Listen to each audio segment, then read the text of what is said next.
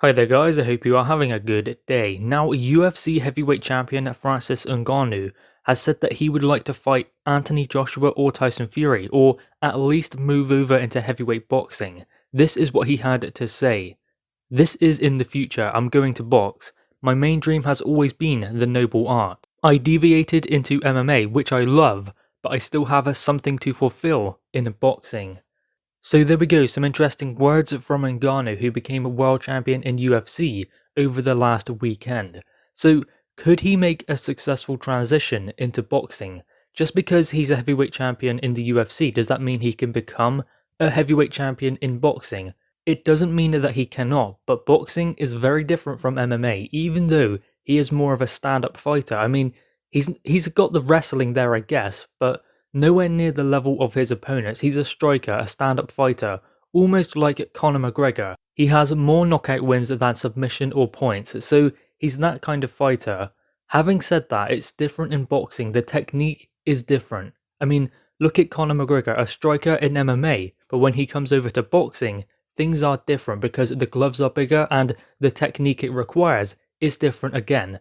So when he's in there with a skillful boxer who knows how to ride shots and to slip shots, it will be a lot more difficult to land clean. Also, the gloves are bigger, which takes away some of his power as well. If he was going to move over into heavyweight boxing, I think the best thing that he could do is get a UFC fighter to fight him in a boxing ring. I know that sounds crazy because obviously if he's going to fight a UFC fighter, why not do it in the UFC? But that would give him a good gauge of his abilities in a boxing ring. So if he got a UFC fighter to come over to boxing with him, so he could have that one fight to kind of gauge where he is, to make sure he has the ability that he would require to make it in a boxing ring. And who knows, if he does well, then he can move on to actual boxers and fighting them, start maybe moving up the rankings. But it's not like he can go from fighting in the UFC to fighting, say, AJ, or even someone like Dillian White, Andy Ruiz. He couldn't do that. He wouldn't be ready. And the question is, what can he take on board at this stage of his career? Because he is a UFC fighter fighting in MMA. So he does need to make sure that he has the abilities there. And he can only learn so much at this stage. I'm not saying he cannot do it, but I don't see how he can beat a skillful boxer like Tyson Fury or Anthony Joshua, because the thing is about Ngannou is he does have different aspects in MMA that he can call upon, that maybe he's not the best at, but still they are there for him to use if needs must. Whereas in the boxing ring, AJ and Fury, they're stand-up fighters but have many things they can adjust to in the boxing ring as well. So they can go on the back foot, they can go on the front foot, they can trade up close on the inside. They can adjust their game plan as they go through in boxing. The worry is that Ngannou would be too one-dimensional going in there with a skillful fighter, because let's remember, this is not just heavyweight boxing. There are some skillful fighters out there in that division, and it's going to be very difficult for him to get a hang of that. Now, do we really like to see boxers going over to MMA? And do we like to see UFC fighters, MMA fighters coming over to boxing? Does it ever really work out? Well, in some cases, it's not so bad. I mean, Floyd Mayweather versus Conor McGregor. McGregor was completely out of his depth in there with Floyd Mayweather. He was always going to be. I think many boxing fans at least would have known that. But still, it was a mega event, sold great pay-per-views, gave all of those on the undercard a great opportunity. So with that respect, it's fine. But when you think about how much of a chance that fighter has in there with a boxer, things look a little bit different. I mean, Floyd Mayweather, what was he, 40 years old when he came out of retirement to fight Conor McGregor? And he was fighting a UFC fighter, someone who had never boxed before. But there were some, not many, but there were some, giving Conor McGregor a good chance in that fight. So he was almost warranted in taking the decision to fight Conor McGregor. He got paid a lot of money, and he became 50-0 by winning that fight. So he was laughing all the way to the bank by taking that fight. Is it UFC versus boxing? Is that the way they spin it? Is that the way this sells pay-per-views? The reason why the public are so interested, because it's boxing versus UFC and not Ngannou versus, say, Andy Ruiz or Ngannou versus Anthony Joshua. I believe it is. It is the sports facing off, not necessarily the fighters.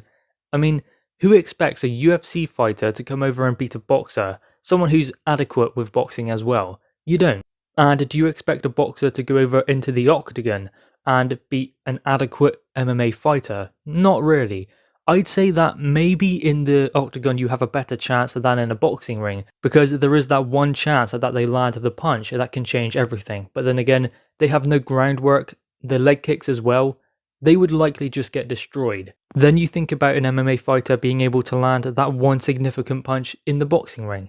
That is possible, but things are different. Bigger gloves takes away some of the power. Bigger gloves requires a different technique to land that kind of punch. So all of the power that, say, Ngannou has when he goes into the octagon, take about 20% away when he gets into the boxing ring. And that's not just down to the gloves, as I said, that is also down to technique. Put it this way, did you see Conor McGregor when he was in there with Floyd Mayweather? He threw that hammer shot, literally where he smacks the bottom of his hand on top of Floyd Mayweather's head. He done that a couple of times. It was just because that's what he does. I mean, that's what you do in UFC. That was a money shot, I guess, for Conor McGregor, or something he would use just to open his opponent up. You cannot do that in the boxing ring. He was also getting to the back of a Floyd Mayweather, and it looked like he wanted to grapple with him, pull him about, throw him on the ground. But you can't do that in a boxing ring. He was expending a lot of energy by doing that. Because the last thing you want to do in the octagon is show your opponent your back. Whereas in boxing, if that happens, the ref will reset them. Unless, of course, they turn their back when they are under fire, then the ref will stop it because they see that as you quitting or you pulling out. No mas, no more. So that will happen. But if a fighter like Conor McGregor gets to the back of Floyd Mayweather in the octagon, things are different. But if he does it in a boxing ring, then the ref will just reset them. So do we want to see this? Personally, I'm not really interested, if I'm honest. I mean, I would watch it. I would watch Ngannou maybe versus AJ. I would watch Ngannou maybe fight some lower level oppositions. But the thing is, at the moment with the heavyweight division, is we are on the cusp of seeing an undisputed fight between Tyson Fury and Anthony Joshua. There is the likes of Ruiz, Dillian White, Joseph Parker, Usyk. There are some great fighters there, Joe Joyce as well, and Daniel Dubois, who looks to get back to winning ways. So I want to see those guys fight one another. I don't want to see Ngannou come over and fight one of those guys. I mean, it would be intriguing, I would imagine, but what is the point of seeing the number one UFC heavyweight in the world against the number one boxer in the world if we don't even know who the number one boxer in the world is in the heavyweight division? Because AJ and Fury haven't fought just yet. So therefore, there cannot be a number one just yet until that fight happens. So it seems pretty pointless. I know that it seems unlikely anyway because there are fights planned in the heavyweight division, meaning that an Ngannou fight is not going to be priority for anyone. But still, I just don't see the angle other than it being UFC versus boxing, not necessarily Ngannou versus Dillian White. Dillian White did explain he would be happy to fight him, so maybe that's an avenue they could explore. White does need to have another fight later in the year, so potentially they could do that. Although that's not going to be great for Dillian White, who hopes to be called as mandatory next year to the WBC belt. Fighting a UFC fighter crossing over who has no ranking isn't going to do him any favours, so that's out. But I guess he could just cross over and fight a UFC fighter in the boxing ring with the boxing rules, just to get a gist for it. Although I suspect he would want to go straight to the top of the pile. I wouldn't imagine he'd want to build towards it. He might do, but he does consider himself to be a challenger to the top guys in the heavyweight division. But it takes time to get there, and the learning fights. Even though he is, what, 32, 33, 34? Should I check it? I'll check it. 1 second. Yeah, 34. So he would need some time to develop in the boxing ring instead of going in there with the top guys straight away.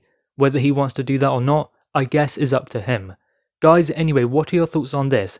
Do you think that this is interesting, or do you think that the main way they do spin it, I believe anyway, is UFC versus boxing as opposed to the fighters facing off in the ring? Maybe not so much for the fighters, but from a marketing perspective, I believe that is how they spin it. Guys, anyway, drop your thoughts on this in the comments below. Also leave a like and grab that subscribe button. Thanks guys.